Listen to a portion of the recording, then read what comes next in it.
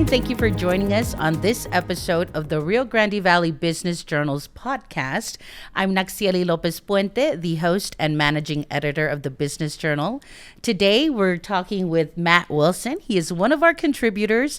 Matt, welcome to our podcast today. Thanks for having me. I'm glad you were brave enough to put me in front of cameras. Usually I stay behind the pen and paper stuff. Yes, you do. You are a journalist. You're helping us specifically cover the citrus industry here in the Rio Grande Valley. So first of all, tell us a little bit about yourself.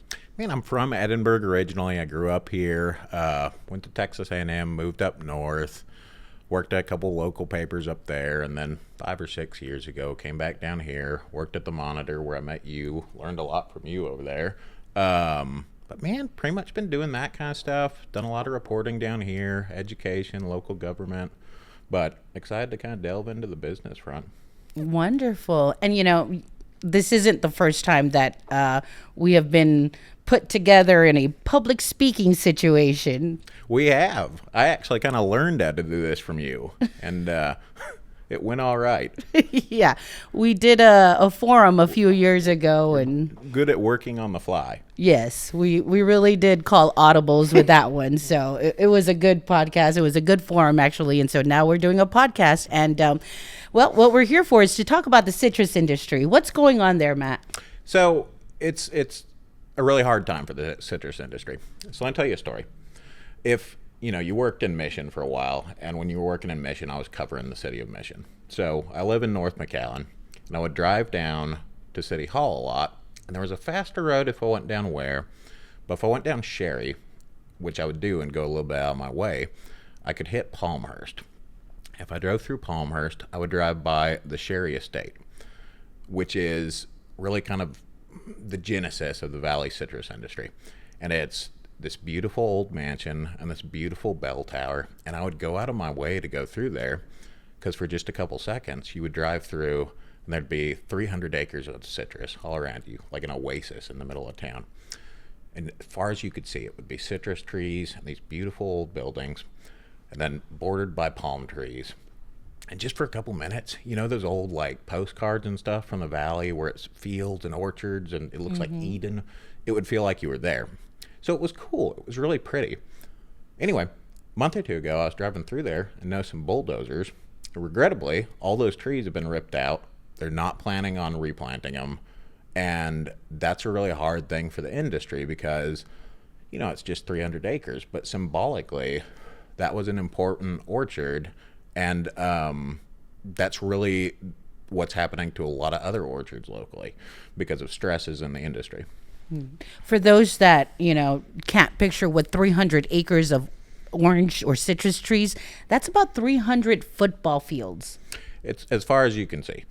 Yeah, that's a lot. And you mentioned, right, that this is at the heart of the citrus industry. I mean, Mission is the home of the ruby red grapefruit. And so John Sherry and the historical ties to seeing this area near the Sherry Mansion gone.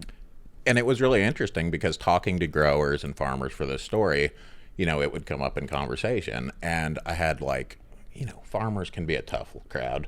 But I had these 60-year-old kind of tough men, and they would bring it up, and they would get kind of teary-eyed, and they'd say, oh, it broke my heart.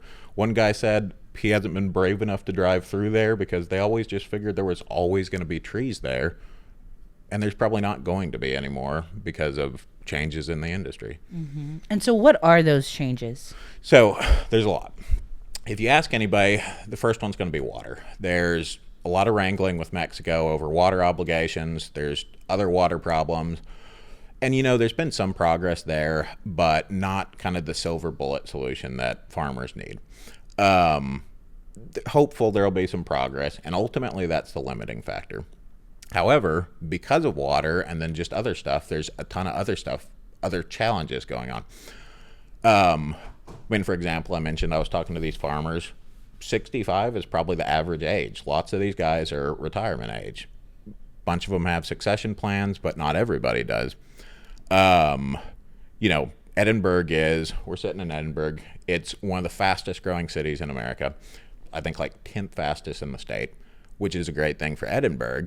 But unfortunately, all those people need somewhere to live, and there's developers who would really like to build houses where there's orchards right now. And that can be really lucrative for farmers who have struggled with challenges.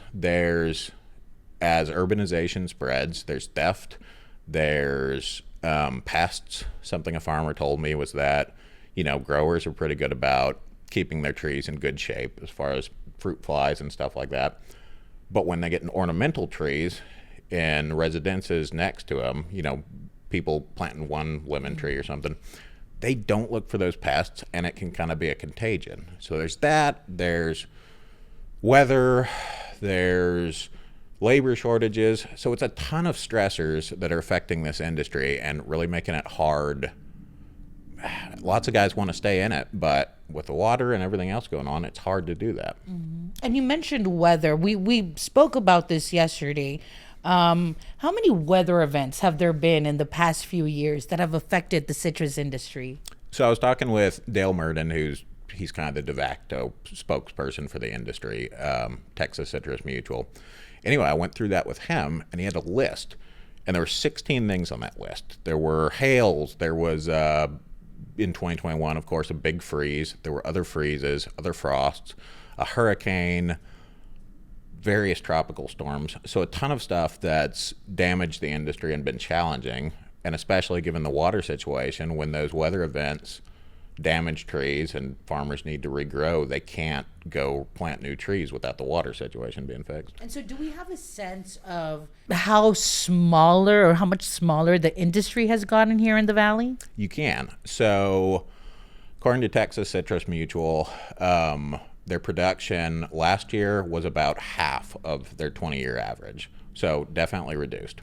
On the bright side, they say that Texas A&M still classifies them as being like a $430 million economic engine. So fiscally still important. But there are less groves. They estimate that 10 years ago there were probably 30,000 acres. Now there's 20,000.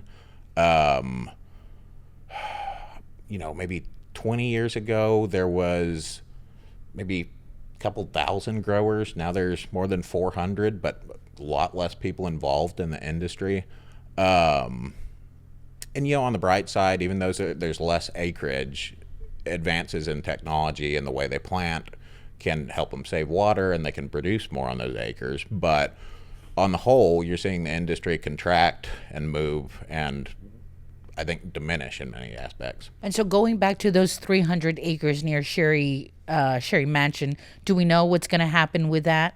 Yeah, so I talked to a representative of the owners, because I thought that was a good case study for what's going on. And he talked to me for a little while, and he said they've owned it for about 20 years.